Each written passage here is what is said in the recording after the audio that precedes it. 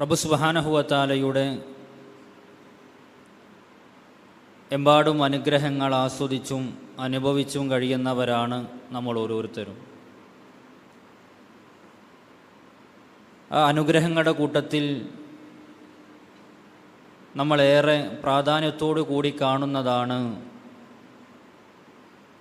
അല്ലാഹു സുബ്ഹാനഹു വ തആല നമുക്ക് നൽകിയ നമ്മുടെ സമ്പാദ്യം, നമ്മുടെ ധനം എന്നത്. ഒരുപക്ഷെ ഭൗതിക ജീവിതത്തിൻ്റെ ആണിക്കല്ല് എന്ന് സമ്പാദ്യത്തെ സംബന്ധിച്ച്, സമ്പത്തിനെക്കുറിച്ച് നമ്മൾ പറയാറുണ്ട്. എന്തിനും പണം വേണം, പണമില്ലെങ്കിൽ ഒന്നും നടക്കുകയില്ല എന്നാണ് പൊതുവെ ഒരു കാഴ്ചപ്പാട് നമുക്കിടയിലുള്ളത്. എങ്കിൽ സഹോദരങ്ങളെ, നമ്മുടെ മതം, നമ്മുടെ ദീന്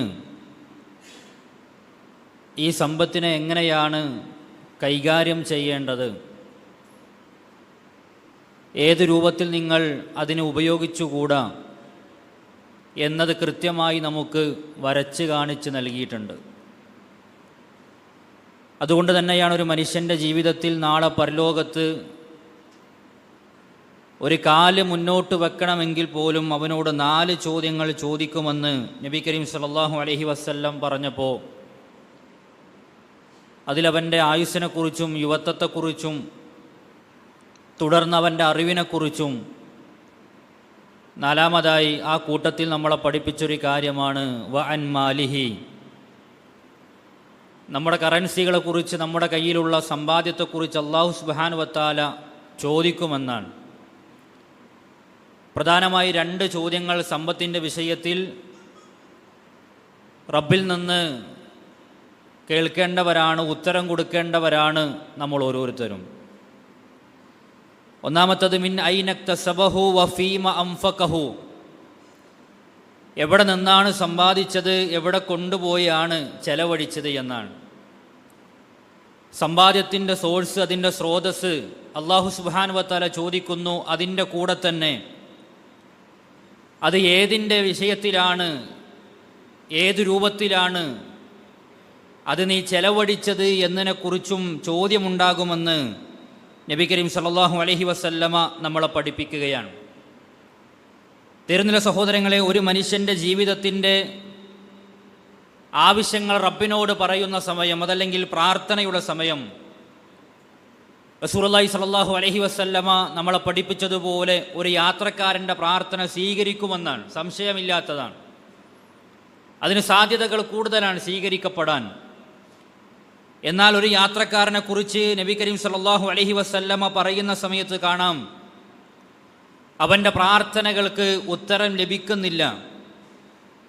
യാത്രക്കാരൻ്റെ എല്ലാ അടയാളങ്ങളും ആ മനുഷ്യൻ്റെ ശരീരത്തിലും മുടിയിലും വേഷത്തിലുമെല്ലാം ഉണ്ട്. പൊടി പുരണ്ടിട്ടുണ്ട്, ക്ഷീണമുണ്ട്. പക്ഷേ അള്ളാഹുവിനോട് പ്രാർത്ഥിച്ചിട്ട് ആ പ്രാർത്ഥന റബ്ബ് സുബ്ഹാനഹു വ തആല സ്വീകരിക്കുന്നില്ല. കാരണം പറഞ്ഞത്, അവൻ കുടിച്ചതും അവൻ ധരിച്ചതും അതേപോലത്തെ അവൻ ഭക്ഷണം കഴിച്ചതുമെല്ലാം ഹറാമിനാൽ ഉണ്ടാക്കപ്പെട്ട സമ്പാദ്യമായിരുന്നു എന്ന് നബി കരീം സല്ലല്ലാഹു അലൈഹി വസല്ലമ നമ്മളെ പഠിപ്പിക്കുകയാണ്. അതുകൊണ്ടാണ് വിശുദ്ധ ഖുർആൻ നമ്മോട് പറഞ്ഞത്, യാ അയ്യുഹല്ലദീന ആമനു, അല്ലയോ സത്യവിശ്വാസികളെ എന്നാണ് അല്ലാഹു സുബ്ഹാനഹു വ തആല നമ്മെ അഭിസംബോധന ചെയ്യുന്നത്.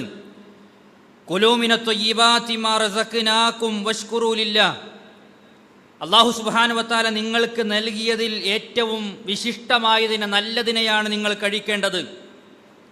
എന്നാൽ അല്ലാഹു സുബ്ഹാനഹു വ തആല പറയുന്നു, നല്ലത് കഴിക്കണം എന്നതിനെ തുടർന്നുകൊണ്ട് പറഞ്ഞത് വഷ്കുറൂ ലില്ലാഹ്. എന്തിനാണ് അല്ലാഹു സുബ്ഹാനഹു വ തആല സമ്പാദ്യവും അതിലൂടെ നിങ്ങൾക്ക് ഭക്ഷണവും നൽകിയത്? അത് നിങ്ങൾ അള്ളാഹുവിന് നന്ദി ചെയ്ത് ജീവിക്കാൻ വേണ്ടിയാണ് എന്ന് വളരെ കൃത്യമായി നമ്മളെ പഠിപ്പിക്കുകയാണ്. പ്രവാചകന്മാരോട് പോലും അല്ലാഹു സുബ്ഹാനഹു വ തആലയുടെ കൽപ്പന നമുക്ക് കാണാൻ സാധിക്കും. യാ അയ്യുഹർ റുസുലു കുലൂ മിനത് ത്വയ്യിബാതി വഅമലു സ്വാലിഹാ, അല്ലയോ പ്രവാചകന്മാരെ, ദൂതന്മാരെ എന്ന് അല്ലാഹു സുബ്ഹാനഹു വ തആല വിളിച്ചുകൊണ്ട് പറയുന്നത്, നിങ്ങൾ വിശിഷ്ടമായ നല്ല കാര്യങ്ങളിൽ നിന്നാണ് ഭക്ഷിക്കേണ്ടത്. എന്നിട്ട് നിങ്ങൾ നല്ലത് പ്രവർത്തിക്കുകയും ചെയ്യണം. ഇന്നി ബിമാ തഅമലൂന അലീം, തീർച്ചയായും അല്ലാഹു സുബ്ഹാനഹു വ തആല നിങ്ങൾ പ്രവർത്തിക്കുന്നതിനെ കുറിച്ച് കൃത്യമായി അറിയുന്നവനാകുന്നു എന്ന് നമ്മളെ പഠിപ്പിക്കുകയാണ്. അപ്പോൾ സഹോദരങ്ങളെ, നല്ലതായിരിക്കണം നമ്മൾ കഴിക്കേണ്ടത്, നല്ലതായിരിക്കണം നമ്മൾ സമ്പാദിക്കേണ്ടത്, അതിലൂടെ നല്ലതാണ് പ്രവർത്തിക്കേണ്ടത് എന്ന് വിശുദ്ധ ഖുർആൻ നമ്മോട് പറഞ്ഞ കാര്യമാണെങ്കിൽ, ഇന്ന് സമ്പത്തിൻ്റെ വിഷയത്തിൽ വളരെ ഗൗരവത്തിൽ മനസ്സിലാക്കേണ്ടതും എന്നാൽ സമൂഹത്തിൽ ഗൗരവം കുറഞ്ഞ പ്രധാനപ്പെട്ടൊരു വിഷയമാണ് പലിശ എന്നത്. അത് കേൾക്കുമ്പോൾ തന്നെ നമുക്ക് നമ്മുടെ മനസ്സിലേക്ക് ഒരുപാട് ചോദ്യചിഹ്നങ്ങൾ വരും. പലിശയൊന്നുമില്ലാതെ ഈ കാലഘട്ടത്തിൽ എങ്ങനെയാണൊന്ന് ജീവിക്കുക? എങ്ങനെയാണൊരു വാഹനം വാങ്ങുക? എങ്ങനെയാണ് വീടിൻ്റെ പണി പൂർത്തീകരിക്കുക? അത്യാവശ്യത്തിന് മിതപലിശയെന്നും കുറഞ്ഞ പലിശയെന്നും അല്ലെങ്കിൽ വളരെ കുറഞ്ഞ ശതമാനമാണ് എന്നെല്ലാം പറഞ്ഞ് അതൊന്നുമില്ലെങ്കിൽ ഈ കാലഘട്ടത്തിൽ ജീവിക്കാൻ സാധ്യമല്ല എന്ന് ചിന്തിക്കുന്നവരാണ് ഭൂരിപക്ഷം ആളുകളും. പലിശയുടെ ഒരു നിലക്കല്ലെങ്കിൽ മറ്റൊരു നിലക്ക് അതുമായി ബന്ധം സ്ഥാപിക്കാത്തവർ സമൂഹത്തിൽ കുറവാണ്. ഇവിടെയാണ് പ്രിയപ്പെട്ടവരെ സാമ്പത്തിക രംഗത്ത് നമ്മൾ സൂക്ഷിക്കേണ്ട ഏറ്റവും പ്രധാനപ്പെട്ട കാര്യം. അതിലൊരിക്കലും പലിശ എന്ന് പറയുന്നത് കലരാനോ അത് കൊടുക്കുവാനോ അതുമായി ബന്ധപ്പെടുവാനോ വിശുദ്ധ ഖുർആൻ, പ്രവാചകൻ സല്ലല്ലാഹു അലൈഹി വസല്ലം തങ്ങളുടെ ഹദീസുകൾ ഒരു നിലക്കും സമീപിക്കരുത് എന്ന് പഠിപ്പിച്ച കാര്യമാണ്. എന്നാ വിശുദ്ധ ഖുർആൻ പറഞ്ഞത്, യാ അയ്യുഹല്ലദീന ആമനു ലാ തഅകുലുർ റിബ അദ്ഗാഫൻ മുളാഗഫ. അഥവാ അല്ലാഹു സുബ്ഹാനഹു വ തആല നിങ്ങളോട് പറയുന്നത്, അഥവാ വിശ്വാസികളെ വിളിച്ചുകൊണ്ട് പറയുന്നത്, നിങ്ങൾ ഇരട്ടിയായി ഒരിക്കലും നിങ്ങൾ പലിശ തിന്നുപോകരുത് എന്നാണ്. വത്തഖുല്ലാഹ ലഅല്ലകും തുഫ്ലിഹൂൻ. നിങ്ങൾ അല്ലാഹുവിനെ സൂക്ഷിക്കണം, അതിലാണ് നിങ്ങൾക്ക് വിജയം എന്ന് നമ്മളെ പഠിപ്പിച്ചു. സഹോദരങ്ങൾ, ഇതേപോലെ തന്നെ 2-ാം അധ്യായം അതിൻ്റെ 178-ാമത്തെ ആയത്തിൽ റബ്ബ് സുബ്ഹാനഹു വ തആല പറയുന്നത്, യാ അയ്യുഹല്ലദീന ആമനു തഖുല്ലാഹ വദറു മാ ബഖിയ മിനർ റിബ ഇൻ കുൻതും മുഅ്മിനീൻ. സത്യവിശ്വാസികൾ, നിങ്ങൾ അല്ലാഹുവിനെ സൂക്ഷിക്കുകയും പലിശ വകയിൽ നിങ്ങൾക്ക് കിട്ടാനുള്ളതിന് നിങ്ങൾ വിട്ടുകളയുകയും ചെയ്യുക, അത് ഉപയോഗിക്കരുത്, നിങ്ങൾ യഥാർത്ഥ വിശ്വാസികളാണെങ്കിലെന്ന് റബ്ബ് സുബ്ഹാനഹു വ തആല നമ്മോട് പറയുകയാണ്. അപ്പോൾ സഹോദരങ്ങളെ, പലിശ എന്നത് വിശുദ്ധ ഖുർആൻ കൊണ്ട് തന്നെ റബ്ബ് സുബ്ഹാനഹു വ തആല നമ്മോട് വിരോധിച്ച വലിയൊരു പാപമാണ്. ഇതിനധികം കള്ള് കുടിക്കുക എന്നത് വലിയൊരു പാപമായി നമ്മൾ സമൂഹത്തിൽ കാണാറുണ്ട്. ഭർത്താവ് ഒരു കള്ളുകുടിയനാണ് എന്ന് അത് ആളുകൾക്ക് മുന്നിൽ പറയുന്നത് വളരെ അറപ്പോടുകൂടി വെറുപ്പോടുകൂടി കാണുന്നവരാണ് ഭാര്യമാർ. അതേപോലെ തന്നെ നമ്മുടെ കുടുംബത്തിൽ നമ്മൾ അറിയപ്പെടുന്ന ഒരു കള്ളുകുടിയനായിക്കൊണ്ടാണെങ്കിൽ അതൊരു വലിയ പാപത്തിൻ്റെ കൂട്ടത്തിലാണ് പലപ്പോഴും നമ്മൾ എണ്ണാറുള്ളത്. ശരിയാണ്. എങ്കിൽ പ്രിയപ്പെട്ടവരെ, കള്ളുകുടിയേക്കാൾ വലിയ പാപമാണ് പലിശ എന്ന് പ്രവാചകൻ സല്ലല്ലാഹു അലൈഹി വസല്ലമ തങ്ങൾ നമ്മളെ പഠിപ്പിക്കുന്നുണ്ട്. ഒരു വ്യഭിചാരത്തേക്കാൾ വലിയ പാപത്തെക്കുറിച്ച് നമ്മോട് ചോദിക്കാൻ പറഞ്ഞാൽ, അല്ലെങ്കിൽ നമ്മോട് ആരെങ്കിലും ചോദിക്കുകയാണെങ്കിൽ നമ്മൾ എന്താണ് അതിന് മറുപടി കൊടുക്കുക? വ്യഭിചാരത്തേക്കാൾ വലിയ പാപമോ? അല്ലേ? എന്നാൽ പ്രവാചകൻ സല്ലല്ലാഹു അലൈഹി വസല്ലമ തങ്ങളുടെ ഹദീസുകൾ നമ്മൾ പരിശോധിച്ചാൽ 36 വ്യഭിചാരങ്ങൾക്ക് തുല്യമാണ് ദിർഹമുർ റിബ, അഥവാ പലിശയുടെ ഒരു ദിർഹം, ഒരു നാണയം, വെള്ളിയുടെ നാണയമെന്ന് പ്രവാചകൻ സല്ലല്ലാഹു അലൈഹി വസല്ലമ തങ്ങൾ പറഞ്ഞതായി നമുക്ക് കാണാൻ സാധിക്കും. നമ്മളെല്ലാം കുഞ്ഞുനാളുകളിൽ മദ്രസകളിൽ 7 മൂബിഖാത്ത്, 7 വൻപാപങ്ങളെ കുറിച്ച് നമ്മൾ പഠിച്ചിട്ടുണ്ടാകും. എങ്കിൽ പ്രിയപ്പെട്ടവരെ, ആ 7 വൻപാപങ്ങളിൽ കള്ളുകുടി കടന്നു വരുന്നുണ്ടോ, മദ്യപാനം കടന്നു വരുന്നുണ്ടോ എന്ന് ചോദിച്ചാൽ ഒരിക്കലുമില്ല. പക്ഷേ ആ 7 വൻപാപങ്ങളിൽ അല്ലാഹു സുബ്ഹാനഹു വ തആല ഗൗരവമാണ് എന്ന് പറഞ്ഞ ആ വലിയ പാപങ്ങളുടെ കൂട്ടത്തിൽ എണ്ണിയതാണ് ഒരു മനുഷ്യൻ പലിശ അതുമായി ബന്ധപ്പെടുക എന്ന് വളരെ കൃത്യമായി റസൂൽ കരീം സല്ലല്ലാഹു അലൈഹി വസല്ലമ തങ്ങൾ നമ്മളെ പഠിപ്പിച്ചു. ഇത് നോക്കൂ, നിങ്ങൾ കഴിഞ്ഞുപോയ സമുദായങ്ങൾക്ക് പോലും അല്ലാഹു സുബ്ഹാനഹു വ തആല വിരോധിച്ച കാര്യമാണ് പലിശയുടെ വിഷയം.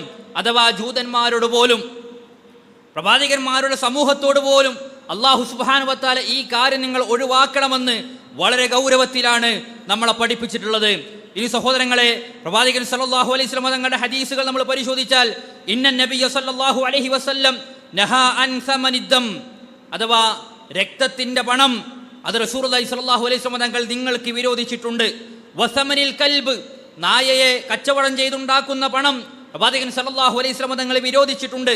വആകിലിർ റിബ വമൂകിലിഹി എന്നാണ്, അഥവാ പലിശ തിന്നുന്നവനും അത് തീറ്റിക്കുന്നവനെയും ആ വിഷയം പ്രവാചകൻ സല്ലല്ലാഹു അലൈഹി വസല്ലം തങ്ങൾ നിരോധിച്ചതാണ്. ആ കൂട്ടത്തിൽ എണ്ണിയതാണ് പച്ച കുത്തുക, അതുപോലെ തന്നെ കുത്തിക്കൊടുക്കുന്നതുമെന്നാണ്. ഈ കാലഘട്ടത്തിലെ യുവാക്കൾ പലപ്പോഴും തൻ്റെ ശരീരത്തിൻ്റെ വ്യത്യസ്തങ്ങളായ ഭാഗങ്ങളിൽ അത് എന്തെങ്കിലും ഒരു മോഡൽ, അല്ലെങ്കിൽ അവൻ്റെ പേരോ അല്ലെങ്കിൽ അവൻ്റെ ഭാര്യയുടെ പേരോ അല്ലെങ്കിൽ ഏതെങ്കിലും ഒരു ഐക്കണോ ചിഹ്നമൊക്കെ അവരുടെ ശരീരത്തിൽ പച്ച കുത്തുന്നതായി കാണാൻ കഴിയും. അതും പ്രവാചകൻ സല്ലല്ലാഹു അലൈഹി വസല്ലമ തങ്ങൾ വിരോധിച്ചതാണ് എന്ന് നമുക്ക് ഹദീസുകളുടെ വെളിച്ചത്തിൽ പ്രിയപ്പെട്ടവരെ മനസ്സിലാക്കാൻ സാധിക്കുകയാണ്. തീർന്നില്ല, റസൂലുള്ളാഹി പറഞ്ഞു, ലഅന റസൂലുള്ളാഹി സ്വല്ലല്ലാഹു അലൈഹി വസല്ലം, പ്രവാചകൻ സല്ലല്ലാഹു അലൈഹി വസല്ലം തങ്ങൾ ശപിച്ചിട്ടുണ്ട്. ജാബിർ റളിയല്ലാഹു അൻഹു നിവേദനം ചെയ്യുന്ന ഹദീസാണ്. അദ്ദേഹം പറയാ, പ്രവാചകന്റെ ശാപമുണ്ട്. ആകില റിബ വമുകിലഹു വകാതിബഹു വശാഹിദൈഹി വഖാലഹും സവാ. അഥവാ പലിശ തിന്നുന്നവൻ, അത് തീറ്റിക്കുന്നവൻ, അതിന് സാക്ഷി നിൽക്കുന്നവൻ, അതുപോലെ തന്നെ അത് എഴുതി വെക്കുന്നവൻ, അവരെല്ലാവരും സമമാണ് എന്നാണ്. പലപ്പോഴും ഇന്ന് നമുക്ക് കാണാൻ സാധിക്കും, ബാങ്കുകളുടെ ജോലി യഥാർത്ഥത്തിൽ ഒരു മുസ്ലിമിന് പറയപ്പെടാത്ത, അവന് അനുവദനീയമല്ലാത്ത സമ്പാദ്യത്തിന്റെ മാർഗമാണ്. അല്ലെങ്കിൽ നമ്മുടെ നാടുകളിൽ പ്രത്യേകമായി കാണുന്ന ഗ്രാമീണ ബാങ്കുകൾ, ആ ബാങ്കിന്റെ ഉദ്യോഗസ്ഥന്മാരായി അതല്ലെങ്കിൽ അതിൻ്റെ ഭാരവാഹികളായി അതിൻ്റെ കമ്മിറ്റികളിലേക്ക് തെരഞ്ഞെടുക്കാൻ വേണ്ടി മത്സരത്തിന് വേണ്ടി നിൽക്കുന്ന മുസ്ലിം നാമധാരികളുണ്ട്. പ്രിയപ്പെട്ടവരെ, അവരുടെ വാദം എല്ലായിടങ്ങളിലും നമ്മൾ വേണ്ട എന്നാണ്. നമ്മുടെ പ്രാതിനിധ്യം അല്ലെങ്കിൽ മുസ്ലിങ്ങളുടെ പേര് എല്ലാ രംഗത്തും തിളങ്ങി നിൽക്കേണ്ടതില്ലേ? അതുകൊണ്ട് ഇത്തരത്തിൽ ഈ ബാങ്കുകളുടെ കമ്മിറ്റിയിൽ കയറിക്കൂടുക എന്നതും അല്ലെങ്കിൽ അതിനുവേണ്ടി മത്സരിക്കുക എന്നതും അത് അത്യാവശ്യമാണ് എന്ന് പറയുന്നവർ, ഇവിടെയാണ് നമ്മൾ തിരിച്ചറിയേണ്ടത്. ആ ബാങ്കുമായോ പലിശയുമായി ബന്ധപ്പെട്ട് നടക്കുന്ന ഏതേത് സ്ഥാപനങ്ങളാകട്ടെ, അവിടെയെല്ലാം എഴുത്തുകുത്തുകൾ നടക്കുന്നുണ്ട്, അവിടെയെല്ലാം സാക്ഷികൾ ഉണ്ടാകുന്നുണ്ട്. അതിൻ്റെ ഉദ്യോഗസ്ഥന്മാരിൽ അതല്ലെങ്കിൽ അതിൻ്റെ ഭാരവാഹികളിൽ അതിൻ്റെ കമ്മിറ്റികൾ നമ്മൾ പെട്ടുകഴിഞ്ഞാൽ അത് നമുക്ക് ശാപം കിട്ടുന്ന കാര്യമാണ് എന്ന് വളരെ കൃത്യമായി നമ്മൾ മനസ്സിലാക്കേണ്ടതുണ്ട്. അവിടെയൊന്നും നമ്മുടെ പ്രാതിനിധ്യം ഒരിക്കലും ആവശ്യമില്ല. ഒരു മുസ്ലിമാണെങ്കിൽ അവന്റെ സമ്പാദ്യത്തിന്റെ മാർഗം അത് പ്രവാചകൻ സല്ലല്ലാഹു അലൈഹി വസല്ലമ ഏതാണോ വരച്ചു കാണിച്ചത്, പ്രവാചകൻ എന്താണോ നമ്മോട് വിരോധിച്ചത്, അത് കൃത്യമായി ഒഴിവാക്കലാണ്. പ്രവാചകൻ സല്ലല്ലാഹു അലൈഹി വസല്ലമ തങ്ങൾ പറയാൻ, ദിർഹമുർ റിബ യഅകുലുഹു അർറജുലു വഹുവ യഅലമു അശദ്ദു മിൻ 36 സന്യ. അഥവാ പലിശയുടെ ഒരു ദിർഹം എന്ന് പറഞ്ഞാൽ 36 വ്യഭിചാരത്തേക്കാൾ കഠിനമാണ്. ഇനി നമ്മൾ പ്രിയപ്പെട്ടവരെ, അത് നമ്മുടെ സമൂഹത്തിലേക്കൊന്ന് വെച്ച് നമ്മൾ ചിന്തിക്കുക.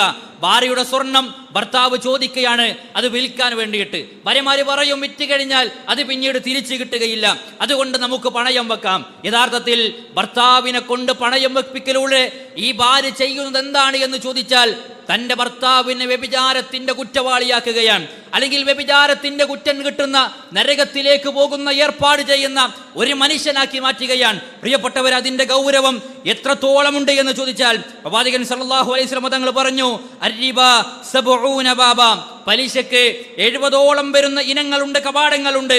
അതിനാഹ, അതിലേറ്റവും ചെറുത് എന്ന് പറഞ്ഞാൽ കല്ലദീ യഖഉ അലാ ഉമ്മിഹി, തൻ്റെ ഉമ്മയെ ശാരീരികമായി അവൾ മാതാവുമായി ശയിക്കുന്നതിന് തുല്യമാണ് എന്ന് പ്രവാചകൻ സല്ലല്ലാഹു അലൈഹി വസല്ലം തങ്ങൾ പറയാൻ. പ്രിയപ്പെട്ടവരെ, വിശദീകരിക്കേണ്ട ആവശ്യമില്ല. സ്വന്തം ഉമ്മയെ ആ രൂപത്തിൽ ചിന്തിക്കുക എന്ന ചിന്തയിലേക്ക് പോലും നമുക്കെത്താൻ കഴിയുകയില്ല. എന്നാൽ പലിശയിലൂടെ ഒരു മനുഷ്യൻ അതിൻ്റെ ഏറ്റവും താഴത്തെ തട്ട് എന്ന് പറഞ്ഞാൽ അത് സ്വന്തം ഉമ്മയെ ആ രൂപത്തിൽ കാണുന്നതിന് തുല്യമാണ് എന്ന് പഠിപ്പിച്ചിട്ടുണ്ടെങ്കിൽ, അല്ലാഹു സുബ്ഹാനഹു വ തആല നമ്മോട് കച്ചവടം അനുവദിച്ചു തന്നു. വഅഹല്ലല്ലാഹുൽ ബൈഅ വഹറമ റിബ, അല്ലാഹു സുബ്ഹാനഹു വ തആല നിങ്ങൾക്ക് കച്ചവടം അനുവദിച്ചു തരികയും നിങ്ങൾക്ക് പലിശയെ നിഷിദ്ധമാക്കുകയും ചെയ്തു എന്ന് വളരെ കൃത്യമായി കൊണ്ട് പറയുന്നു. ഇത് നോക്കൂ നിങ്ങൾ, ഇമാം മാലിക് ഇബ്നു റഹ്മത്തുള്ളാഹി അലൈഹി അദ്ദേഹം പറയാൻ, അള്ളാഹുവിന്റെ ഗ്രന്ഥം ഞാൻ പരിശോധിച്ചു, വിശുദ്ധ ഖുർആൻ ഞാൻ ആദ്യം മുതൽ അവസാനം വരെ പരിശോധിച്ചു. എന്നാൽ ഒരു മനുഷ്യൻ ഭുജിക്കുന്നതിൽ വെച്ച്, കഴിക്കുന്നതിൽ വെച്ച് ഏറ്റവും നികൃഷ്ടമായ, ഏറ്റവും മോശപ്പെട്ട തിന്മ അത് പലിശയാണ്. അതല്ലാത്തൊരു തിന്മയെയും അള്ളാഹുവിന്റെ കലാമിൽ ഞാൻ കണ്ടിട്ടില്ല. കാരണം എന്ത് എന്ന് ചോദിച്ചാൽ, പലിശയുടെ വിഷയത്തിൽ അള്ളാഹു സുബ്ഹാനഹു വ തആല അവരോട് യുദ്ധം പ്രഖ്യാപിച്ചിരിക്കുകയാണ് എന്നാണ്. ആര്? റബ്ബ് സുബ്ഹാനഹു വ തആല യുദ്ധം പ്രഖ്യാപിച്ചിരിക്കുകയാണ്. യാ അയ്യുഹല്ലദീന ആമനുത്തഖുല്ലാഹ വദറൂ മാ ബഖിയ മിനർ റിബ ഇൻ കുൻതും മുഅ്മിനീൻ എന്ന് പറഞ്ഞ അല്ലാഹു സുബ്ഹാനഹു വ തആല പറഞ്ഞത്, ഫഇല്ലം തഫ്അലു, അത് നിങ്ങൾ ഒഴിവാക്കിയിട്ടില്ലെങ്കിൽ ഫഅ്ദനു ബിഹർബിൻ മിനല്ലാഹി വറസൂലി, തീർച്ചയായും അല്ലാഹുവിന്റെ റസൂലിൽ നിന്നുള്ള, അതേപോലെ തന്നെ അല്ലാഹുവിൽ നിന്നുള്ള യുദ്ധത്തിന്റെ പ്രഖ്യാപനം നിങ്ങൾ അറിഞ്ഞുകൊള്ളുക എന്നതാണ്. പ്രിയപ്പെട്ടവരെ, പലിശ ഒഴിവാക്കിയിട്ടില്ലെങ്കിൽ, പലിശയുമായി ബന്ധപ്പെടുകയാണെങ്കിൽ അവരുമായി യുദ്ധം പ്രഖ്യാപിച്ചത് ആരാണ്? അത് അല്ലാഹു സുബ്ഹാനഹു വ തആലയാണ്. അത് പ്രവാചകൻ സല്ലല്ലാഹു അലൈഹി വസല്ലം തങ്ങളാണ്. അതുകൊണ്ട് പലിശയേക്കാൾ മനുഷ്യർ കഴിക്കുന്ന അല്ലെങ്കിൽ നിറക്കുന്ന വയറ് അത് ഏറ്റവും മോശപ്പെട്ടതായി ഞാൻ വിശുദ്ധ ഖുർആനിൽ വേറെ ഒന്നും കണ്ടിട്ടില്ല എന്ന് ഇമാം മാലിക് റഹ്മത്തുള്ളാഹി അലൈഹി പറഞ്ഞതായി നമുക്ക് കാണുവാൻ സാധിക്കും. അതുകൊണ്ട് സഹോദരങ്ങളെ, നമ്മൾ ശ്രദ്ധിക്കണം, നമ്മൾ സൂക്ഷിക്കണം, നമ്മൾ വളരെ ജാഗ്രത ആ വിഷയത്തിൽ നമ്മൾ വെച്ച് പുലർത്തണം. പക്ഷെ ഇന്ന് പലപ്പോഴും ആളുകൾ പറയാ, ആരാത് കൊടുക്കാത്തത്, ആരാ വാങ്ങാത്തത്, ആരാത് ചെയ്യാത്തത്, എല്ലാവരും അങ്ങനെ തന്നെയല്ലേ ജീവിക്കുന്നത്, അതുകൊണ്ട് നമ്മളും അങ്ങനെ ജീവിച്ചാൽ എന്താണ് കുഴപ്പം, അല്ലെങ്കിൽ കുറച്ചല്ലേ ഉള്ളൂ, അല്ലെങ്കിൽ അതൊന്നും ഇല്ലെങ്കിൽ ഈ കാലഘട്ടത്തിൽ ജീവിക്കാനോ മുന്നോട്ട് പോകാനോ ഒന്നും കഴിയില്ല, ആരും നമ്മളെ കടം നൽകി സഹായിക്കാനില്ല, അതെന്നെ തിരിച്ചു കൊടുക്കാൻ ആർക്കും, അല്ലെങ്കിൽ തിരിച്ചു കൊടുക്കുന്ന ആ കടത്തിന്റെ തുകയൊന്ന് കുറയേ അല്ലെങ്കിൽ കൂടുകയോ ചെയ്താൽ അത് രണ്ട് നിലക്കാളുകൾ കാണും. എന്ന് പറഞ്ഞാൽ 100 രൂപ വാങ്ങിയിട്ട് ആ 100 രൂപ തന്നെ തിരിച്ചു കൊടുക്കുന്നത് ഇഷ്ടപ്പെടാത്ത മനുഷ്യർ, അതിൽ 150 ആണെങ്കിലോ അത് ഇഷ്ടപ്പെടുന്ന മനുഷ്യർ. യഥാർത്ഥത്തിൽ സഹോദരങ്ങളെ, ഇങ്ങനെ മനുഷ്യന്റെ ജീവിതവുമായി ഇന്ന് എത്രത്തോളം ചോദിച്ചാൽ പ്രവാചകൻ സല്ലല്ലാഹു അലൈഹി വസല്ലം തങ്ങൾ പറഞ്ഞത്, ഒരു കാലം മനുഷ്യർക്ക് കടന്നു വരും എന്നാണ്. ആ കാലത്തിന്റെ പ്രത്യേകത പലിശയുടെ ഒരു തരി പോലും, അല്ലെങ്കിൽ ഒരു കാറ്റ് പോലും, അല്ലെങ്കിൽ അതിന്റെ ഒരു പൊടി പോലും ഏൽക്കാത്ത ഒരു സമൂഹം, അതില്ലാത്ത കാലഘട്ടം ഉണ്ടാവുകയില്ല എന്ന് നമ്മളെ പഠിപ്പിക്കുകയുണ്ടായി. അതുകൊണ്ട് തന്നെ വളരെ കൃത്യമായി നമ്മൾ ശ്രദ്ധിക്കേണ്ടതുണ്ട്. ഇനി സഹോദരങ്ങളെ, ഈ പലിശ കൊണ്ട് നേടിയെടുത്ത എന്തെങ്കിലും സമ്പാദ്യം നിലനിൽക്കുന്നതായി നമ്മൾ കണ്ടിട്ടുണ്ടോ? കച്ചവടം തുടങ്ങിയാൽ അള്ളാഹുവിൻ്റെ ബർക്കത്ത് ആ കച്ചവടത്തിൽ ഉണ്ടാകുമോ? അതിലൂടെ നമ്മൾ പ്രിയപ്പെട്ടവർ ഒരു വീട് കെട്ടിപ്പടുത്താൽ ആ വീടിൻ്റെ ഇഷ്ടിക, ആ വീടിൻ്റെ സിമന്റ്, ആ വീടിൻ്റെ ബേസ്മെന്റുകൾ ഇതെല്ലാം പലിശയിലാണെങ്കിൽ ആ വീട്ടിൽ നിന്ന് പ്രാർത്ഥിച്ചാൽ പിന്നെ പ്രാർത്ഥനകൾക്ക് ഉത്തരം കിട്ടുമോ? നമ്മൾ വാഹനം വാങ്ങുന്നു, ആ ലോൺ എടുക്കുന്നു, അടവിനെടുക്കുന്നു, നമുക്ക് സ്വപ്നങ്ങളുണ്ട്, ആഗ്രഹങ്ങളുണ്ട്. പക്ഷെ പ്രിയപ്പെട്ടവരെ, ആ വാഹനവുമായി നമ്മൾ പോകുന്ന സമയത്ത് അല്ലാഹു സുബ്ഹാനഹു വ തആല ആ യാത്രയിൽ നമ്മൾ പ്രാർത്ഥിച്ചാൽ ആ പ്രാർത്ഥന നമുക്ക് സ്വീകരിക്കപ്പെടുമോ എന്നിങ്ങനെ നമ്മൾ ചിന്തിക്കുകയാണെങ്കിൽ, എന്ന് മാത്രമല്ല റസൂലുള്ളാഹി പറഞ്ഞു, മാ അഹദുൻ അക്സറ മിനൽ റിബ ഇല്ലാ കാന ആഖിബതു അംരിഹി ഇലാ ഖില്ല. പലിശയുടെ അവസാനം എന്ന് പറഞ്ഞാൽ അത് ഇല്ലായ്മയിലേക്ക് മടങ്ങുന്നതാണ്. എടുത്തു നോക്കിക്കോളൂ നിങ്ങൾ പലിശ കൊണ്ട് ഉണ്ടാക്കിയ സാമ്രാജ്യങ്ങളും അസ്ഥികളും അതേപോലെ തന്നെ അത്തരത്തിലുള്ള എല്ലാ സംവിധാനങ്ങളുമെല്ലാം അവസാനം ഇല്ലായ്മയിലേക്ക് ചുരുങ്ങിയിട്ട് ഒന്നുമില്ലാത്ത മനുഷ്യന്മാരെ നമ്മൾ കാണുന്നുണ്ട്. LIC പദ്ധതികളിൽ കോടിപതിയായ മനുഷ്യർ ഒരു ഭാഗത്തുണ്ടായിരുന്നു. പക്ഷേ ഇന്ന് അവരുടെ ബാക്ക്ഗ്രൗണ്ട് നമ്മൾ പരിശോധിച്ചാൽ ഒരു നേരത്തെ അന്നത്തിന് വേണ്ടി കഴിക്കാൻ വകയില്ലാത്ത മനുഷ്യർ നമുക്ക് മുന്നിൽ കാഴ്ചകളായി അവർ നിൽക്കുന്നുണ്ട്. അതുകൊണ്ട് ഇല്ലായ്മയിലേക്കാണ് മനുഷ്യനെ പലിശ കൊണ്ടുപോവുക, ഒന്നുമില്ലാത്ത അവസ്ഥയിലേക്ക് അതെത്തിക്കുമെന്ന് പ്രവാചകൻ സല്ലല്ലാഹു അലൈഹി വസല്ലമ നമ്മളെ പഠിപ്പിക്കുകയുണ്ടായി. എന്നാൽ ഒരു മനുഷ്യൻ സ്വതക്ക നൽകിയാൽ അല്ലാഹു സുബ്ഹാനഹു വ തആല ആ വിഷയത്തിൽ വർധനവ് നൽകും. ഒരിക്കൽ ഇമാം മാലിക് റഹ്മത്തുള്ളാഹി അലൈഹിയുടെ അടുക്കലേക്ക് ഒരു മനുഷ്യൻ കടന്നു വരികയാണ്. എന്നിട്ട് ആ മനുഷ്യൻ പറഞ്ഞെന്താ അറിയോ? ഞാനൊരു കള്ള് കുടിക്കുന്ന വ്യക്തിയെ കണ്ടു. എങ്ങനെ? ഒരു കള്ള് കുടിക്കുന്ന വ്യക്തിയെ കണ്ടു. ആ കള്ള് കുടിച്ച് ലക്ക് കെട്ട് ബോധം നഷ്ടപ്പെട്ടിട്ട് ആ മനുഷ്യൻ ചന്ദ്രനെ പിടിക്കാൻ വേണ്ടി പോവുകയാണ്, അങ്ങോട്ടും ഇങ്ങോട്ടും ഓടുകയാണ്, അതിനു വേണ്ടി ചാടിക്കളിക്കുകയാണ്.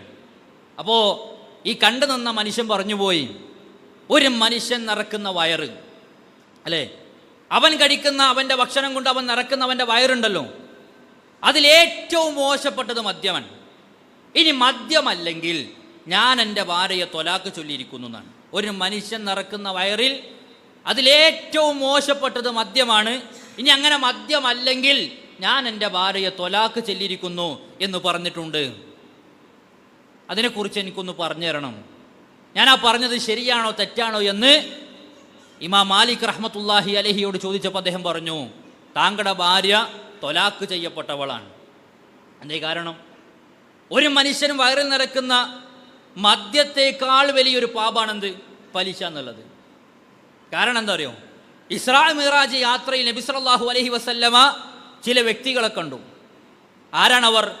അവരുടെ വയറുഭാഗം വിശാലത നൽകപ്പെട്ടിരിക്കുകയാണ്. ഹദീസിൽ കാണാം, വീട് പോലെ ആയിരിക്കുകയാണ്. അവർക്ക് അവൻ്റെ വയറ്റിൽ അല്ലാഹു സുബ്ഹാനഹു വ തആല വലിപ്പം കൂട്ടി വിശാലത നൽകിയിരിക്കുന്നു. തീർന്നില്ല, ആ വയറിൽ നിന്ന് പാമ്പുകൾ പുറത്തേക്ക് ചാടിക്കൊണ്ടിരിക്കുകയാണ്. റസൂലുള്ളാഹി സ്വല്ലല്ലാഹു അലൈഹി വസല്ലം തങ്ങൾ ഇതെന്താണ് എന്ന് അന്വേഷിച്ച് പറഞ്ഞു, അവർ പലിശ കഴിക്കുന്ന മനുഷ്യന്മാരായിരുന്നു എന്നാണ്. അതുകൊണ്ട് സഹോദരങ്ങളെ, നമ്മുടെ വീടിൻ്റെ വലിപ്പം കൂട്ടാൻ, നമ്മുടെ കാറിൻ്റെ സീറ്റിൻ്റെ എണ്ണം കൂട്ടാൻ, നമ്മുടെ ഇപ്പോൾ മക്കളുടെ പേരിൽ ബാങ്കിൽ കൊണ്ടുപോയി ഇടാൻ 1 ലക്ഷം, അതിൽ മാസാമാസം എന്തെങ്കിലും ഒന്ന് പലിശ കിട്ടുമ്പോൾ അവൻ്റെ ഹോസ്റ്റൽ ഫീസ് അടക്കാം അല്ലേ? ആ രൂപത്തിൽ ചിന്തിക്കുന്ന മനുഷ്യന്മാരാണ്. ഇനി നമ്മൾ ആലോചിക്കുക, ഈ സ്വർണം പണയപ്പെടുത്തുമ്പോൾ യഥാർത്ഥത്തിൽ ഭർത്താവിനെ കൊണ്ട് ഈ പലിശ കൊടുപ്പിക്കുക എന്നത് നരകത്തിൻ്റെ അവകാശിയാക്കി മാറ്റില്ല. ഭാര്യമാരോട് അല്ലെങ്കിൽ സ്ത്രീകളുടെ ന്യായമുണ്ട്, പണയം വെച്ചാൽ തിരിച്ചു കിട്ടുമെന്ന് അല്ലേ. നമ്മൾ മലയാളത്തിൽ പറയുന്നത് നല്ലോണം കിട്ടും, ഇവിടുന്നും കിട്ടും അവിടുന്ന് കിട്ടും. ഇവിടെ ഇല്ലായ്മ ആയിരിക്കും, പരലോകത്തോ അള്ളാഹു സുബ്ഹാനഹു വ തആല വമ്പിച്ച ശിക്ഷ അവർക്ക് കൊടുക്കും, ഒരു സംശയമില്ല. അതുകൊണ്ട് വിക്കലാണ് ഖൈറ്. മനസ്സിലാവുണ്ടോ? ആഗ്രഹങ്ങൾക്ക് പ്രിയപ്പെട്ടവരെ ഇടലാണ് ഖൈറ്. നമുക്ക് നല്ല വാഹനം, വില കൂടിയ വാഹനം, ഇതെല്ലാം വാങ്ങാൻ ആഗ്രഹമുണ്ടെങ്കിലും അള്ളാഹു സുബ്ഹാനഹു വ തആല നൽകിയ സമ്പത്തിനനുസരിച്ച് കൊണ്ടായിരിക്കണം നമ്മൾ ചെലവഴിക്കേണ്ടത്. ഇനി പലിശയോ പല രൂപത്തിൽ വരും. കടമായി ബന്ധപ്പെട്ട പലിശ, പ്രത്യേകിച്ച് നമ്മൾ ഈ നാട്ടിലൊക്കെ നമ്മൾ പറയും അണ്ണാച്ചി പലിശ എന്ന് പറയും അല്ലേ. ഇന്ന് പലരും ആത്മഹത്യ ചെയ്യണം. എന്താ ആത്മഹത്യ ചെയ്യണത്? ഇത്തരത്തിലുള്ള ഓൺലൈൻ മീഡിയകളിലൂടെ, സോഷ്യൽ മീഡിയകളിലൂടെ അവർക്ക് ആളുകൾ പണം കൊടുക്കാനുണ്ട്. 1000 കിട്ടും, 1500 കൊടുത്താൽ മതി, 2000 കിട്ടും, 4000 കൊടുത്താൽ മതി. അവസാനത്ത് ഇങ്ങനെ കൂടി അവസാനം ഒരു മനുഷ്യൻ്റെ വീടും പറമ്പും വിറ്റാൽ പോലും തികയാത്ത അത്ര പലിശയായി. അവസാനമോ ആ മനുഷ്യനെ ഒന്ന് മാന്യമായി ഇറങ്ങി നടക്കാൻ കഴിയാതെ ആളുകളെ ഭയപ്പെട്ട് ഒരു കയറിൻ്റെ തുമ്പിൽ ജീവിതം അവസാനിപ്പിക്കേണ്ടി വരുന്നത് പ്രിയപ്പെട്ടവരെ എത്ര മനുഷ്യർക്കാണ്, എത്ര ആളുകൾ നമ്മളങ്ങനെ കണ്ടുകൊണ്ടിരിക്കുന്നുണ്ട്. അപ്പോൾ കടമായി ബന്ധപ്പെട്ട പലിശ എന്ന് പറയുമ്പോൾ ആ കടത്തിലൂടെ ഒരു മനുഷ്യൻ അധികം കൊടുക്കണം. യഥാർത്ഥത്തിൽ പ്രവാചകൻ സല്ലല്ലാഹു അലൈഹി വസല്ലം തങ്ങൾ പറഞ്ഞു, കുല്ലു ഖർദിൻ ജർറ മൻഫഅതൻ ഫഹുവ റിബ. അഥവാ ആരെങ്കിലും കടം കൊടുക്കുമ്പോൾ കടത്തിലൂടെ വല്ല ഉപകാരവും പ്രതീക്ഷിച്ചാൽ അത് പലിശയാണ്. എന്നാൽ നമ്മോട് പറഞ്ഞൊരു സുന്നത്തുണ്ട്, ഒരാളെ നമ്മളൊരു പ്രയാസപ്പെട്ട് നിൽക്കുന്ന സമയത്ത് ഒരു പണം തന്ന് സഹായിച്ചിട്ടുണ്ടെങ്കിൽ അവന് കൊടുക്കുന്ന സമയത്ത് എന്തെങ്കിലും അധികമായി കൊടുക്കുക, അതൊരു സുന്നത്താണ്. പക്ഷെ ആ കൊടുത്ത ആളുണ്ടല്ലോ, അഥവാ ആദ്യം കൊടുത്ത കടം കൊടുത്ത് സഹായിച്ച വ്യക്തി, ആ മനുഷ്യൻ ചെയ്യാൻ പാടില്ലാത്ത കാര്യമാണത്. ആഗ്രഹിക്കാൻ പാടില്ല, മോഹിക്കാൻ പാടില്ല, അത് ചോദിക്കാനും പാടില്ല. ആഗ്രഹിക്കാതെ, ചോദിക്കാതെ, അല്ലെങ്കിൽ ആ മനുഷ്യൻ ഒരിക്കലും അത് കൊതിക്കാതെ കിട്ടണം. അങ്ങനെയാണ് നടക്കുന്നത്. അല്ല, ഞാൻ 1000 തരുമ്പോൾ അടുത്ത മാസം നീ എനിക്ക് തിരിച്ചു തരുമ്പോൾ 1500, അത് പറഞ്ഞു മേടിക്കലാണ്. അതിൻ്റെ പേരാണ് പലിശ എന്നത്. ഒരിക്കൽ മഹാനായ അബൂ സലമ റളിയല്ലാഹു അൻഹു, അബ്ദുല്ലാഹി ഇബ്നു സലാം റളിയല്ലാഹു അൻഹു, അദ്ദേഹം മദീനയിലേക്ക് എത്തിയപ്പോൾ ഒരു സ്വഹാബി അദ്ദേഹത്തോട് പറയാണ്, ഇതാ താങ്കൾ പലിശ വ്യാപിച്ചൊരു നാട്ടിലാണ് ഇപ്പോൾ കഴിഞ്ഞുകൊണ്ടിരിക്കുന്നത്. അതുകൊണ്ട് താങ്കൾ ആർക്കെങ്കിലും കടം കൊടുത്തിട്ട് എന്തെങ്കിലും അവർ അധികമായി തിരിച്ചു നൽകുമ്പോൾ സൂക്ഷിക്കണം, അത് പലിശയാണ്. ഈ നാട്ടിൽ അങ്ങനെയാണ്. അതുകൊണ്ട് നിങ്ങൾ ആ പലിശയെ സൂക്ഷിക്കണം.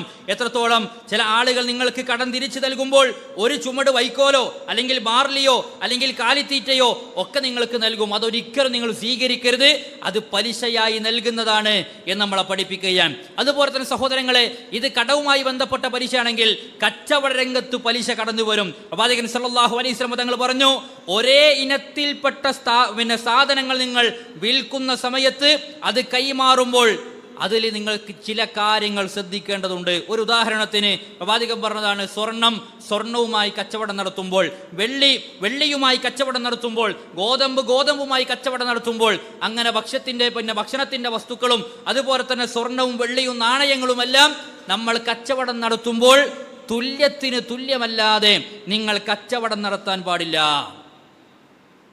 നമ്മൾ 5 പവൻ സ്വർണം പഴയത് വിൽക്കാൻ, നമുക്ക് കിട്ടേണ്ടത് എത്രയാണ്? 5 പവൻ തന്നെ തിരിച്ചു കിട്ടണം. അതിൽ കുറയാനോ കൂടാനോ പാടില്ല. ഫമൻ സാദ അവിസ്ദാദ എന്നാണ്. അതിൽ കുറയുകയോ കൂടുകയോ ചെയ്താൽ ഫഖദ് അർബ. അതിനെക്കുറിച്ച് പറഞ്ഞെന്താ അറിയോ? അത് പലിശയാണ്, അത് പലിശയാണ്. ഇപ്പം നമ്മൾ ആലോചിക്കുക, നമ്മൾ നമ്മളെ മക്കളുടെ സ്വർണവുമായി പോയി ഒരു 3 പവൻ നമ്മൾ കച്ചവടം നടത്തി. അത് നമ്മൾ വിറ്റാൽ നമ്മൾ വാങ്ങുമ്പോൾ 3 പവൻ കിട്ടുമോ? ഇല്ല. അവർ പറയും ഇത് പഴയതാണ്, അല്ലെങ്കിൽ ഇതിൽ എന്തെങ്കിലും ഒരു അഴുക്കുണ്ട്, മറ്റതുണ്ട്, അല്ലെങ്കിൽ പഴയ സ്വർണത്തിന് വില കുറവാണ് എന്ന് പറഞ്ഞിട്ട് നമുക്ക് 2.5-2.25 2.25 തിരിച്ചു നൽകുക. ഇത് പലിശയാണ് എന്നാണ് നബി സല്ലല്ലാഹു അലൈഹി വസല്ലം പറഞ്ഞത്. മനസ്സിലായോ? ഇത് പലിശയാണെന്നാണ് പറഞ്ഞത്. സഹോദരങ്ങൾ ആലോചിക്കുക, ഇതേപോലെ നമ്മൾ കച്ചവടം നടത്തുമ്പോൾ ശ്രദ്ധിക്കേണ്ട ചില കാര്യങ്ങളുണ്ട്. പ്രവാചകൻ സല്ലല്ലാഹു അലൈഹി വസല്ലം തങ്ങൾ ഒരിക്കൽ ഇരിക്കുന്ന സമയത്ത് മഹാനായ ബിലാൽ റളിയല്ലാഹു അൻഹു അദ്ദേഹം പ്രവാചകന്റെ അടുക്കിലേക്ക് കടന്നു വരികയാണ്. എന്നിട്ട് ബിലാൽ റളിയല്ലാഹു അൻഹു റസൂലുള്ളാഹിക്ക് കുറച്ച് കാരക്ക കൊടുത്തു, കുറച്ച് ഈത്തപ്പഴം കൊടുത്തു. അപ്പോൾ റസൂലുള്ളാഹി സ്വല്ലല്ലാഹു അലൈഹി വസല്ലം തങ്ങൾ ചോദിക്കുകയാണ്, ഇത് എവിടെ നിന്നാണ് താങ്കൾക്ക് കിട്ടിയത്? ബിലാൽ റളിയല്ലാഹു അൻഹു പറഞ്ഞു, റസൂലേ, എൻ്റെ കയ്യിൽ 2 സ്വാ, അതൊരളവാണ്, ആ 2 സ്വാ വളരെ താഴ്ന്ന അല്ലെങ്കിൽ ക്വാളിറ്റി ഇല്ലാത്ത കാരക്ക ഉണ്ടായിരുന്നു.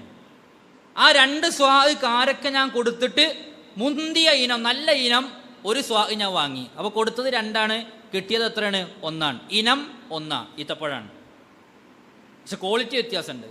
ഒന്ന് താഴ്ന്നതാണ്, ഒന്ന് മുന്തിയതാണ്. പ്രവാചകൻ സല്ലല്ലാഹു അലൈഹി വസല്ലം നിങ്ങൾ പറയാണ്, അങ്ങനെ കച്ചവടം നടത്തരുത്, അത് പലിശയാണ്. എന്നിട്ട് എന്താ പരിഹാരം? അതും റസൂലുള്ളാഹി പറഞ്ഞു തന്നു. ദീനിൽ പരിഹാരമുണ്ട്. പ്രവാചകൻ സല്ലല്ലാഹു അലൈഹി വസല്ലം തങ്ങൾ പറഞ്ഞ പരിഹാരം എന്താണെന്നറിയോ? അഥവാ ഒരു മനുഷ്യൻ, ഇതിനധികം നമുക്ക് കാണാൻ സാധിക്കും, പ്രവാചകൻ സല്ലല്ലാഹു അലൈഹി വസല്ലം തങ്ങളുടെ കാലഘട്ടത്തിൽ അബൂ സഈദ് ഖുദ്രി റളിയല്ലാഹു അൻഹു നിവേദനം ചെയ്യുന്ന, അതുപോലെ തന്നെ അബൂ ഹുറൈറ റളിയല്ലാഹു അൻഹുവിൽ നിന്ന് നിവേദനം ചെയ്യുന്ന ചില ഹദീസിൽ കാണാം, നബി സല്ലല്ലാഹു അലൈഹി വസല്ലം ഖൈബറിൽ ചില മേൽനോട്ടക്കാരെ നിശ്ചയിച്ചു. അപ്പോൾ ജനീബ് എന്ന് പറയുന്ന ഒരു മുന്തിയ കാരക്ക പ്രവാചകൻ സല്ലല്ലാഹു അലൈഹി വസല്ലം തങ്ങൾക്ക് സമ്മാനിച്ചപ്പോൾ റസൂലുള്ളാഹി ചോദിക്കുകയാണ്, ഈ ഖൈബറിലെ കാരക്ക എല്ലാം ഇങ്ങനെ തന്നെയാണോ എന്ന് ചോദിച്ചപ്പോൾ അദ്ദേഹം പറഞ്ഞു, റസൂൽ അങ്ങനല്ല, എൻ്റെ കയ്യിൽ 2 സ്വാ താഴ്ന്ന ഇനം കാരക്ക ഉണ്ടായിരുന്നു, അത് കൊടുത്തിട്ടാണ് ഞാൻ ഈ മുന്തിയ ഇനം 1 സ്വാ വാങ്ങിയത്. നമ്മുടെ നാട്ടിലേക്ക് നമ്മൾ കൊണ്ടുവന്നാൽ 2 കിലോ ഒരു കുറഞ്ഞ കാരക്ക അല്ലെങ്കിൽ വില കുറഞ്ഞ കാരക്ക എന്ത് ചെയ്യുന്നു? അത് വിൽക്കുന്നു.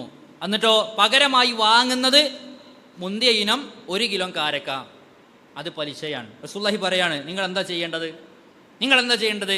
ആദ്യം നിങ്ങളുടെ കാരക്ക വിൽക്കണം, ആദ്യം നിങ്ങളുടെ കാരക്ക നിങ്ങൾ വിൽക്കണം, എന്നിട്ട് ആ തുക കൊണ്ട് പുതിയത് നിങ്ങൾ മുന്തിയത് വാങ്ങണം. എങ്ങനെ?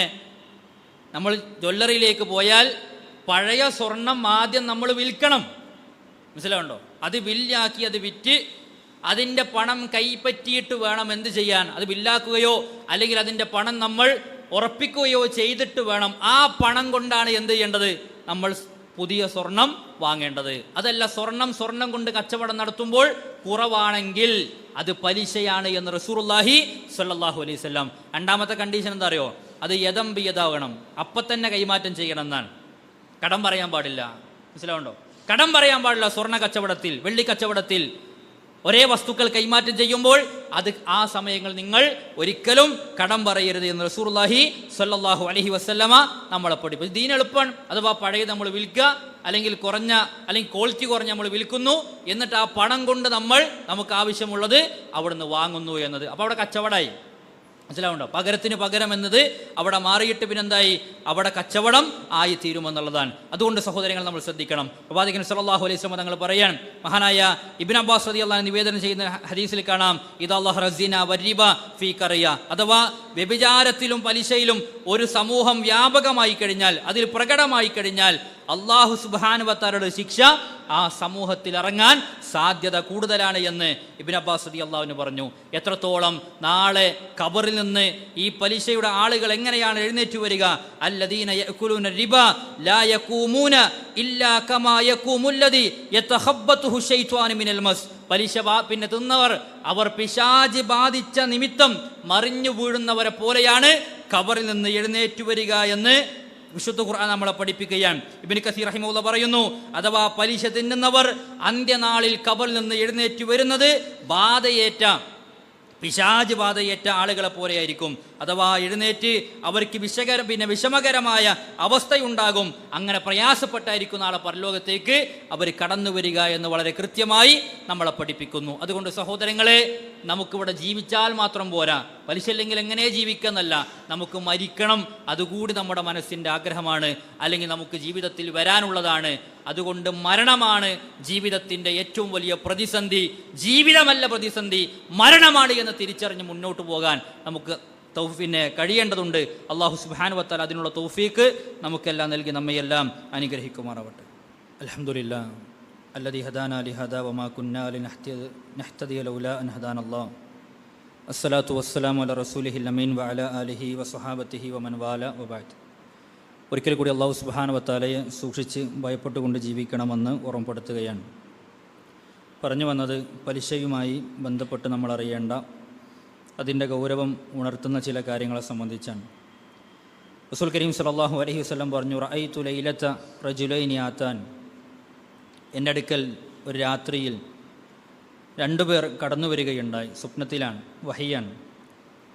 അവർ വന്ന് എന്നെ ഒരു വിശുദ്ധമായ ഒരു സ്ഥലത്തേക്ക്, ഒരു താഴ്വരയിലേക്ക് കൊണ്ടുപോയി. ഞാൻ ആ താഴ്വരയുടെ മുന്നോട്ട് ആഞ്ഞപ്പോൾ അവിടെ കണ്ടത് രക്തമൊഴുകുന്ന ഒരു പുഴയാണ്. ആ രക്തമൊഴുകുന്ന പുഴയുടെ അരികിലേക്ക് ഞാൻ എത്തി. ആ പുഴയിൽ ഒരാൾ നിൽക്കുന്നുണ്ട്. അതിൻ്റെ കരയിൽ മറ്റൊരാൾ ഒരു കല്ലുമായി നിൽക്കുന്നുണ്ട്. റസൂലുള്ളാഹി സ്വല്ലല്ലാഹു അലൈഹി വസല്ലം പറയുന്നു, ഫഇദാ അറാദ റജുലു അയ്യഖ്റുജ റമ അർറജുലു ബിഹജരിൻ. അഥവാ ഈ പുഴയിൽ നിൽക്കുന്ന വ്യക്തി അവിടെ നിന്ന് രക്ഷപ്പെടാൻ അല്ലെങ്കിൽ നീന്തി കരയിലേക്ക് അടുക്കാൻ ശ്രമിക്കുന്ന സമയത്ത് ആ വരുന്ന വ്യക്തിയുടെ ശരീരത്തിലേക്ക്, തലയിലേക്ക് കരയിൽ നിൽക്കുന്ന വ്യക്തി കല്ലെടുത്തെറിയുകയാണ്. ആ ഏറിൻ്റെ കാഠിന്യത്താൽ, ആ പ്രയാസം കൊണ്ട് ആ മനുഷ്യൻ എവിടെ നിന്നാണോ ആ മനുഷ്യൻ്റെ യാത്ര ആരംഭിച്ചത്, ആ പുഴയുടെ ഭാഗത്തേക്ക് തന്നെ ആ മനുഷ്യൻ തിരിച്ചു പോകുന്നു. ഇങ്ങനെ ആവർത്തിച്ചു കൊണ്ടിരിക്കുന്നു. രക്ഷപ്പെടാൻ ശ്രമിക്കുന്നു, ആ മനുഷ്യനെ വീണ്ടും കല്ലെറിഞ്ഞാട്ടുന്നു. തുടങ്ങിയ പ്രയാസം കണ്ടപ്പോൾ നബി സല്ലല്ലാഹു അലൈഹി വസല്ലമ തങ്ങൾ ചോദിക്കുകയാണ്, ഇതാരാണ്? ഫഖൽതു മാ ഹാദാ ഫഖാല അല്ലദീ റഅയ്തഹു ഫിന്നഹരി ആകിലു റിബാ. അപ്പോൾ നബി സല്ലല്ലാഹു അലൈഹി വസല്ലമ തങ്ങളോട് ഈ രണ്ടിൽ ഒരാൾ പറഞ്ഞു കൊടുക്കുകയാണ്, ആ പുഴയിൽ താങ്കൾ കണ്ടയാൾ പലിശ തിന്നുന്ന ആളായിരുന്നു എന്നാണ്.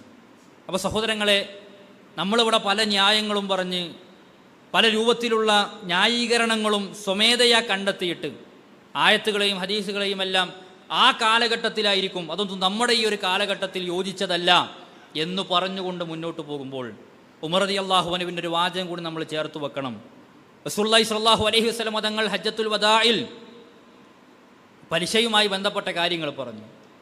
അതിനുശേഷം ഉമർ റളിയല്ലാഹു അൻഹു പറയാൻ, പ്രവാചകന്റെ അവസാന നാളുകളിലാണ് പലിശയുമായി ബന്ധപ്പെട്ട ആയത്തുകളെല്ലാം അവതരിച്ചത്. അതുകൊണ്ട് ഇതിലും കൂടുതൽ വിശദീകരിക്കാൻ റസൂലുള്ളാഹിക്ക് കഴിഞ്ഞിട്ടില്ല.